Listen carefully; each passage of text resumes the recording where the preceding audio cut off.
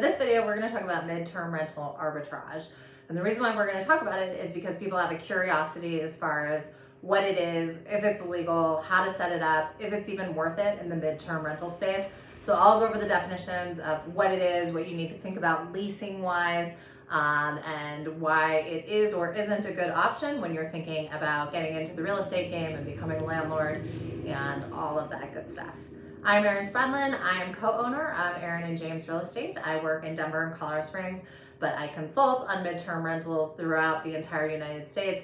People usually come in and ask me how they should price their midterm rental, to look at their listing, to talk through issues with them. So if you have questions about that, I'm going to drop my email below and you can just email me and ask me, and we'll see if it makes sense to set up a call like that.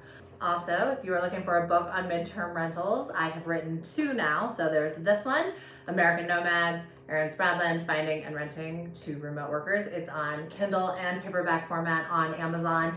It has checklists, interviews with landlords and tenants, and kind of a review of who would want your midterm rental and why. And then I have a brand new book out called Guide to Midterm Rentals, Erin's Guide to Midterm Rentals. And that also has checklists. It also has like these tips pulled out. It's also linked to some of these videos. So it's a more interactive guide. And that is out. I don't have the book to show you because I don't even get my first copy until this Sunday. So when I have that, I will start displaying it with this one as well. But that one is also available on Amazon in Kindle or paperback format. All right, and I always forget this part, but a like and subscribe is appreciated, welcomed, helps me, helps other people that are like you that are looking for content on midterm rentals.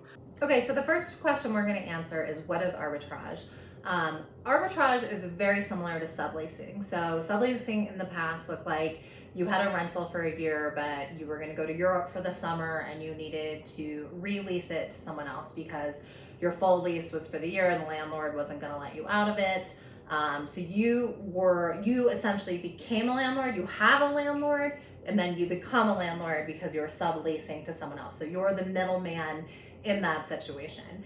And so that's happened for a long time in long-term rentals, but it became popular when short-term rentals came in because many years ago, like 5 to 10 years ago, when Airbnb wasn't such a thing and it wasn't so popular, people that couldn't afford their own properties, or they could afford their own properties, but they wanted to expand the number of properties that they were doing short-term rentals on, would rent apartments and then do short-term rentals on it. And so that's where this arbitrage name comes from, is that people were renting places throughout whatever city they were in, but they didn't own it. But they were the renter. They had the long-term agreement with the landlord, and then they were subleasing it in a short-term space or short-term capacity. So for a weekend or for a week or for a couple of days. And that is where people started calling it short-term arbitrage.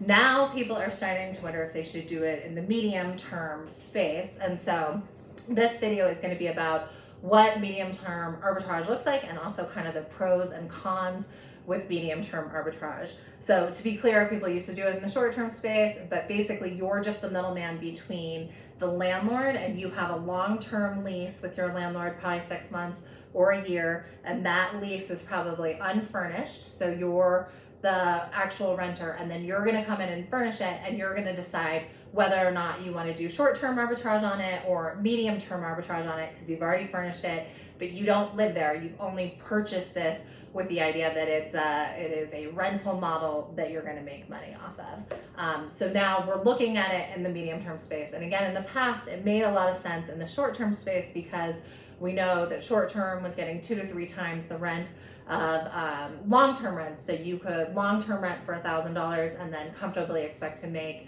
between $2,000 and $3,000 on rents. So you were going to make between $1,000 and $2,000 a month on that arbitrage. Now, does it make sense in the midterm space? So for this video, I wanted to look at a real example and see if it makes sense. Obviously, I'm a fan of midterm rentals and I think they make a lot of money, but that's on a property that I own and a property that I acquired when the interest rates were a little bit lower. And so what we're looking at is, does it make sense in an apartment or a condo unit that you're re-renting from someone else? And the reason why we want to look at that, and the reason why there's a question, is that we already assume the rent is elevated because the landlord owns that property, but they need to make money back on it. So the property is already elevated from the mortgage, and then also you're going to have to pay for furniture. So do the numbers actually work? So for this project, I made a little spreadsheet to help understand, and I pulled a real life example from Denver, from a really hot property in the middle of Denver that has a pool, gym, allows for pets, so it has great amenities. So if we look at this one, it is a 1-bed, 1-bath.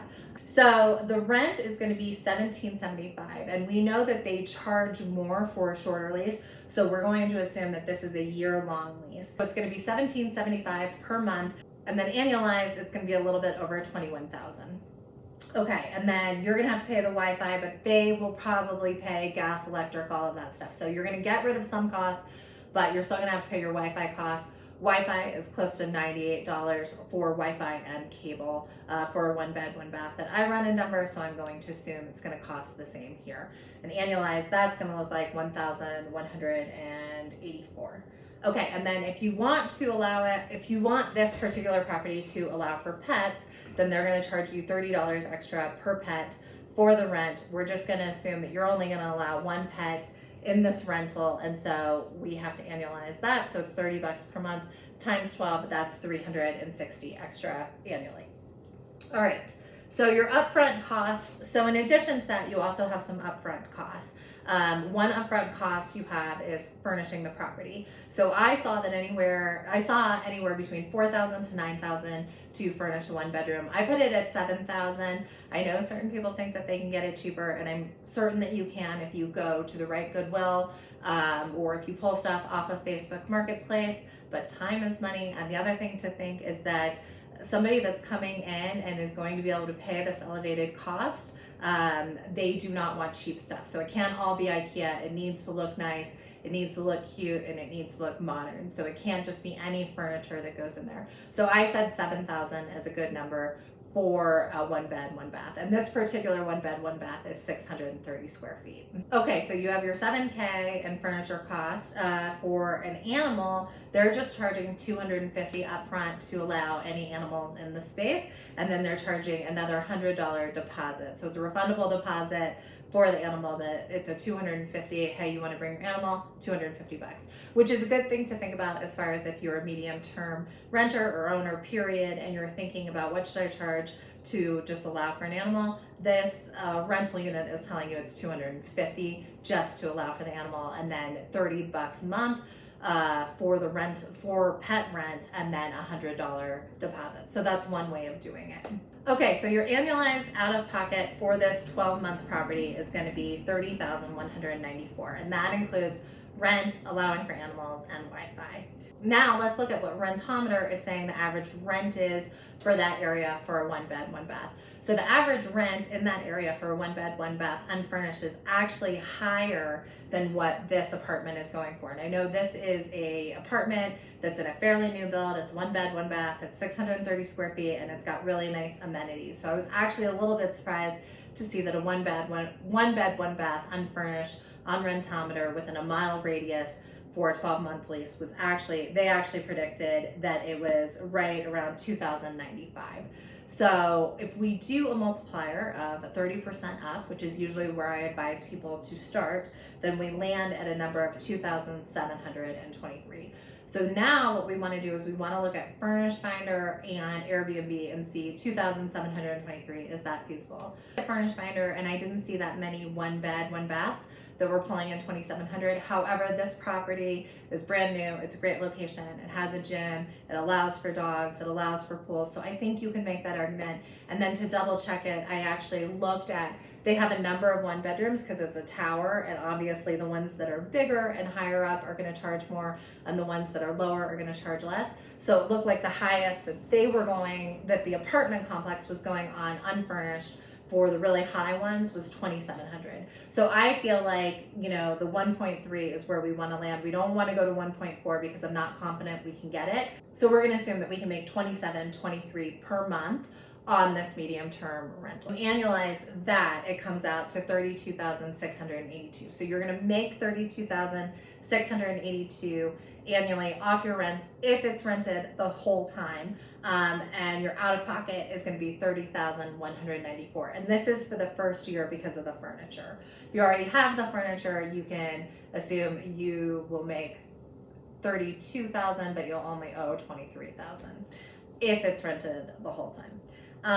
Okay, so when you look at the calculus, then year one, when you take out total made 32,682 minus total cost 30,194, in year one you're only making 2,487, and that's if it's rented the whole time. Now, if you can expand it into the second year, if you can get a 2-year lease and you have confidence that you can stay rented, which is sort of a gamble. I mean, I think you can probably stay rented, but I'm not sure how many people feel comfortable signing a 2-year lease on an experiment. But if you do that, then obviously your numbers go up because you've paid off the furniture in the first year. So the $7,000 is taken care of. So the first year, even though you're only going to make about $2,500, the second year you can reasonably expect to make about $9,500. Again, if you are fully rented that entire time. So that's what you want to think about. Is it worth it? I don't know. Again, you have to stay fully rented, and the first year is basically going to be a wash. After that, it's going to get easier, but you have to be comfortable signing a multi-year lease to get to that money.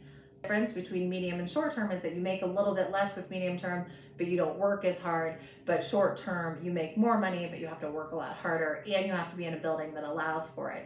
Most buildings allow for medium term because it's a 30+ day rental. Now, if you have an HOA, you have to check with it. So some other questions that you have to ask yourself, and what I'm seeing in the comments and some of my consulting calls are, is it legal? Is arbitrage even legal?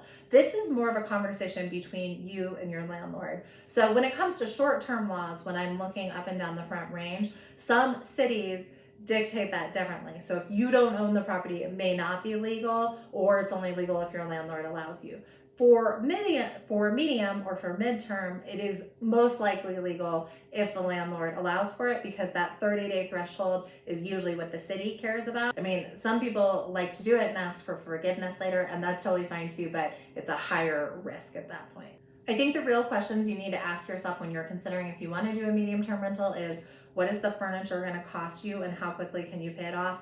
How comfortable are you signing a long-term lease, and can you get the cost of the lease to come down for a longer property so that your proceeds go up? And then also with this, when you're only making $2,000 the first year, is it actually worth it? And you have confidence that it's going to stay rented the full time, and if not, you need to bake the vacancy in. Now, in big cities and hot areas, usually the vacancy is not that big of a deal if it's priced correctly, but you have to do your research and make sure that it makes sense and that you are going to make enough money for it. Leasing on a rental arbitrage, it's not that different. It's just like a sublease anywhere else. So you are just going to say, you are now the landlord, you are now the one that's responsible, they are paying directly to you, and you are paying to someone else. So in a lot of ways, your lease with them is going to mirror the lease that you have with the landlord. And again, your biggest issue, or one of your biggest issues, is going to be the clarity and the sign off with the landlord and if they agree to it. Midterm rental arbitrage in a nutshell. If you have questions, drop them into the comments and I will get to them and I'll answer them. Sure, I will have more videos soon. Thanks.